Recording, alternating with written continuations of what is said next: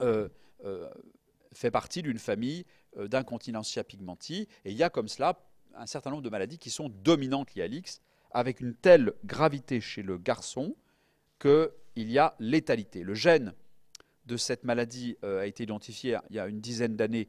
Il s'appelle Nemo. Il est sur le bout du chromosome X. C'est tout. Encore un exemple, pardonnez-moi, mais que j'ai pris dans votre université. C'est le docteur Smaï qui a trouvé qui a fait cette belle découverte. Pour mémoire, et c'est un truc, c'est pas très, pas très intéressant, mais et l'Y dans tout ça, parce que vous nous parlez de l'X, dominant, récessif et tout, là, mais et l'Y, il sert à quoi? L'Y, il sert à faire des garçons. Il sert à peu près qu'à ça.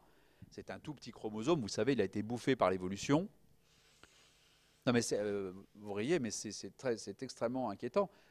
Si vous prenez l'évolution des espèces depuis les reptiles, vous savez, certains reptiles ont une détermination du sexe par la température.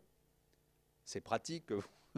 Vous êtes, je sais pas quoi, à 35 degrés, vous êtes un garçon. Vous êtes à 30 degrés, vous êtes une fille.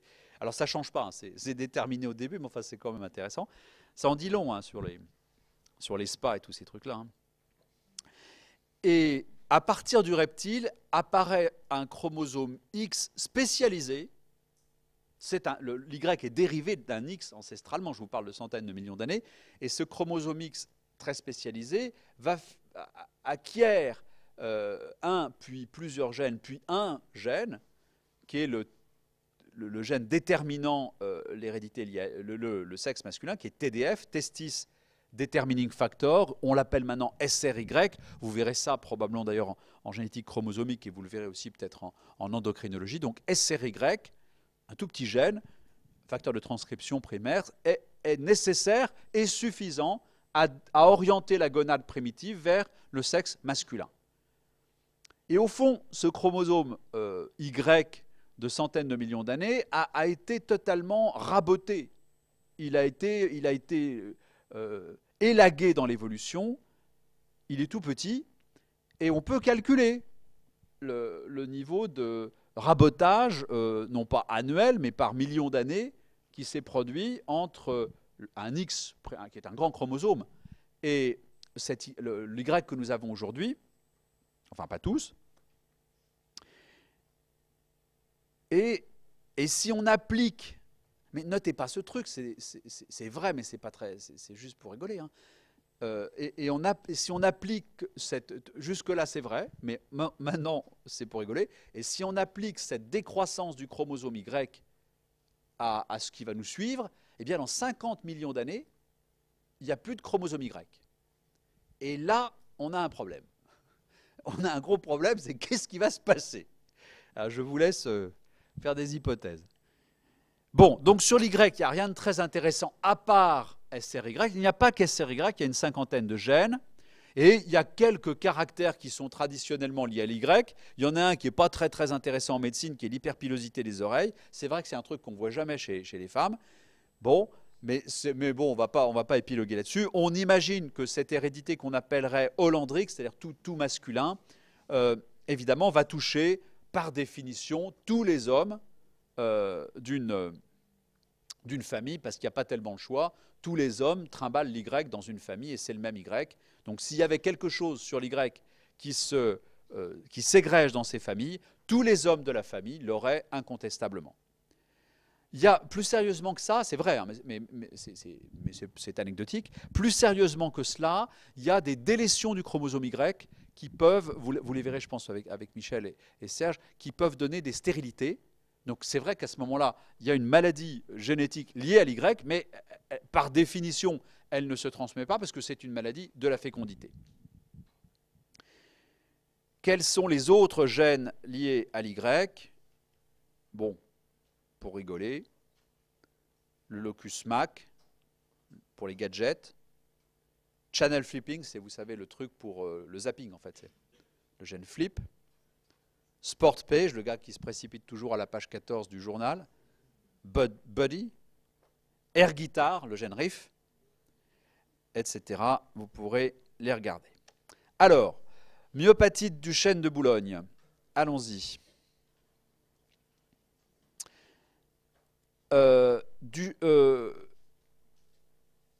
c'est une maladie qui fait partie de la tendance je tends vers l'hérédité récessive liée à l'X, c'est-à-dire que les garçons sont atteints, les filles sont indemnes. Vous allez voir que c'est une tendance parce que les filles peuvent avoir des petits signes, et c'est en ça que je dis attention à être trop catégorique dans la classification des maladies liées à l'X. Myopathie de Duchenne de Bologne, une naissance pour 3500, mais pour 3500 garçons. Mutation du gène dystrophine, qui est sur le bras court du chromosome X, et des arbres généalogiques tout à fait caricaturaux et simples du modèle récessif lié à l'X avec des femmes conductrices. Notez-le bien dans les arbres généalogiques par un petit point au milieu du cercle de la femme, un petit rond central ici qui veut dire conductrice. Comme toujours dans un arbre généalogique, si l'on vous dit, si vous recevez un dossier de médecine ou un examen en votre fin de cours de génétique avec une dame pointée d'un rond, c'est qu'elle est conductrice. Ça veut dire qu'on le sait. On peut vous interroger pour dire comment le sait-on, ça c'est une autre affaire, mais ça veut dire qu'on vous donne cette donnée comme vraie. Duchenne, qui est ici, étudiait dans les années 1850 ce qu'on appelait le faradisme. En gros, c'était les précurseurs de l'électromyographie, le dépistage des ondes électriques de contraction musculaire. Et c'était un petit peu l'inverse de l'électromyographie aujourd'hui. On enregistre la contraction musculaire, on l'analyse. Là, on envoyait un petit courant pour voir quel muscle se contractait. Et vous le voyez ici en train de torturer un malheureux monsieur en envoyant des petits... Alors lui est très content, le monsieur un petit peu moins.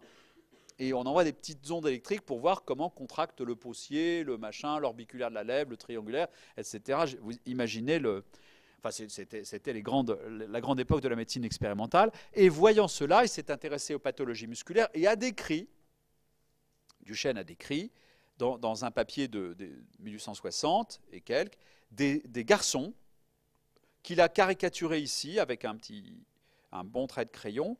Et ce que vous observez chez ces jeunes garçons qui ont 4, 5, 6 ans, c'est il a décrit une maladie musculaire, donc ils ont du mal à marcher. Ils acquièrent la marche, puis ensuite ils vont perdre la marche progressivement. Ça commence par avoir du mal à se relever. Il y a une manœuvre clinique que vous apprendrez en sémiologie qui s'appelle le signe de Gowers, G-O-W-E-R-S, qui est le fait de faire asseoir un enfant par terre et de lui demander de se relever. Et il y a le signe de Gowers, comme quand un enfant fait comme une personne âgée et se relève comme ça, en se relevant, en poussant avec ses bras sur ses genoux. Vous voyez ce que je veux dire? Un enfant, ça se relève comme une sauterelle. Et là, vous avez un enfant qui va tirer sa jambe, hein, et puis faire ça, et hop. Et ça, c'est le signe de Gowers. C'est un signe très indicatif d'une maladie musculaire de l'enfant, pas de la maladie de Duchenne uniquement. N'importe quelle dystrophie musculaire, c'est-à-dire une maladie progressive du muscle, va se caractériser par ça. Ce qui est intéressant dans la dystrophie musculaire de Duchenne, pourquoi dystrophie? C'est parce que lorsqu'il a fait l'histologie de ses muscles, on voit un muscle qui est presque cicatriciel, avec des fibres qui sont fibrosées, qui sont absentes, ou inflammatoires, et qui sont en train de disparaître, avec tous les petits signes histologiques que vous voyez ici, qui sont tirés de ces articles. En l'occurrence, c'est Emery, qui est un autre médecin de l'époque, anglais, je crois, ou américain, je ne sais plus, qui a décrit beaucoup d'autres myopathies. Ce qui est intéressant dans la myopathie de Duchenne, qu'est-ce qui vous frappe chez ce petit garçon atteint de maladie musculaire? Il a des gros muscles. Il a une hypertrophie musculaire. Et ça, c'est un truc qui, dans les dystrophies musculaires, est assez caractéristique de la maladie de Duchenne. Il y en a dans d'autres, ce n'est pas exclusif, mais c'est assez caractéristique. Ce sont des myopathes à gros muscles. On a l'impression que c'est pas croyable, ils sont super musclés, ces enfants, et en fait, ils ont une maladie du muscle. C'est exactement la vérité. Ils ont un muscle hypertrophique, ils ont des gros mollets, ils ont des muscles très rebondis, mais ils ont déjà ici, vous le voyez, une scoliose, une lordose, par défaut de statique de la colonne vertébrale liée à une atteinte musculaire précoce et progressive. C'est une maladie extrêmement grave.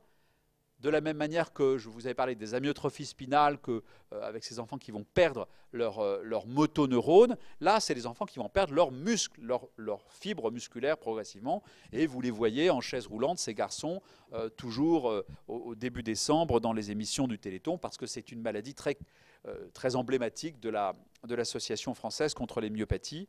Et très souvent, il y a des garçons que vous ne voyez pas l'an d'après parce qu'ils sont morts. Ils sont morts à 15, 16, 18 ans, dans l'adolescence, d'atteinte respiratoire en général, avec une atteinte diaphragmatique et une atteinte cardiaque. Le muscle cardiaque est atteint. Il n'est pas atteint tout de suite, mais il est atteint un petit peu plus tard. Et aujourd'hui, il n'y a pas un traitement de rêve de cette maladie. Il y a des essais thérapeutiques, on a essayé des anti-inflammatoires, on a essayé certains facteurs de croissance, pour l'instant sans succès majeur, avec quelques ralentissements de la vitesse de progression.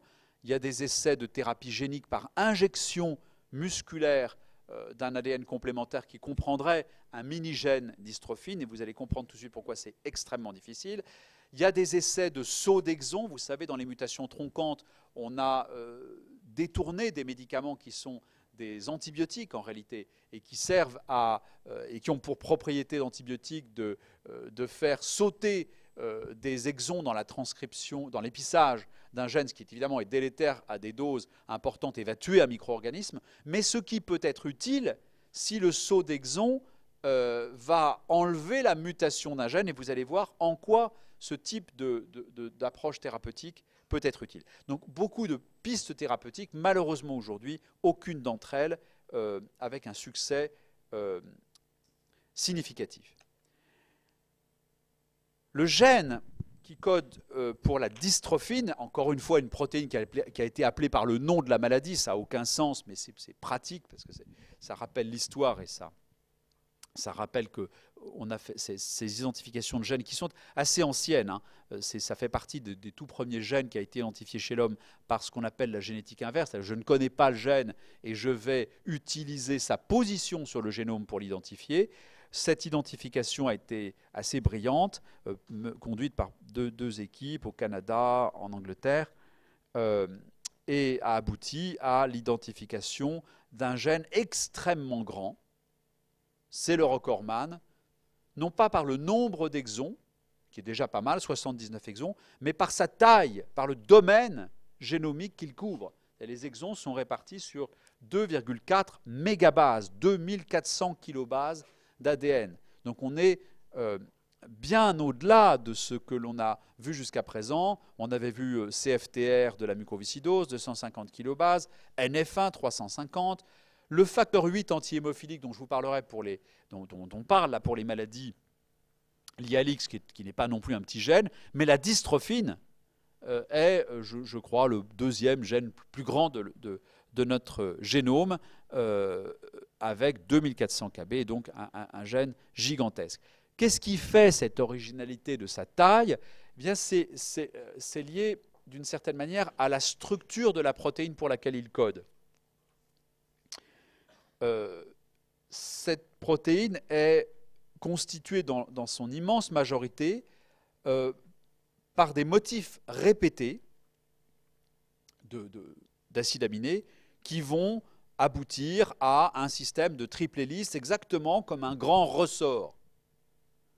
Imaginez un immense ressort qui tiendrait, je ne sais pas, un matelas à son châssis, et on conçoit alors que si ces motifs sont répétés, les exons qui sont à peu près entre les exons 10 et 60 sont des exons qui eux aussi sont très répétitifs. Évidemment, ils codent pour un motif protéique qui se ressemble.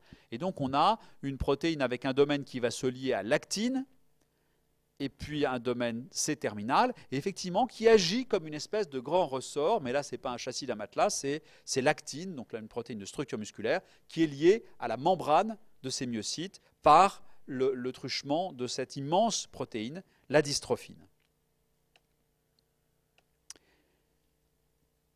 Et cette structure, si je vous en parle, elle n'est pas anodine pour comprendre la pathologie moléculaire de ce gène, c'est que l'immense majorité des mutations au locus du chêne, donc des mutations, des allèles mutants qui entraînent la dystrophie myopathique de Duchenne, sont des délétions du gène.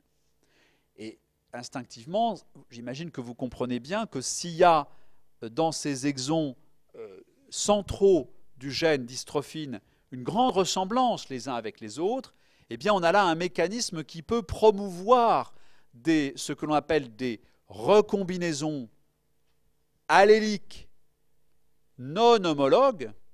Recombinaison, j'associe mes deux chromosomes X à la méiose si je suis une femme, bien sûr. Allélique entre deux allèles, mais non homologue, c'est-à-dire j'ai aligné l'exon 47 avec l'exon 49, et alors je vais produire dans mes deux gamètes fils, deux ovocytes, je vais produire d'un côté une délétion et de l'autre côté une duplication, et les deux ne sont pas bons.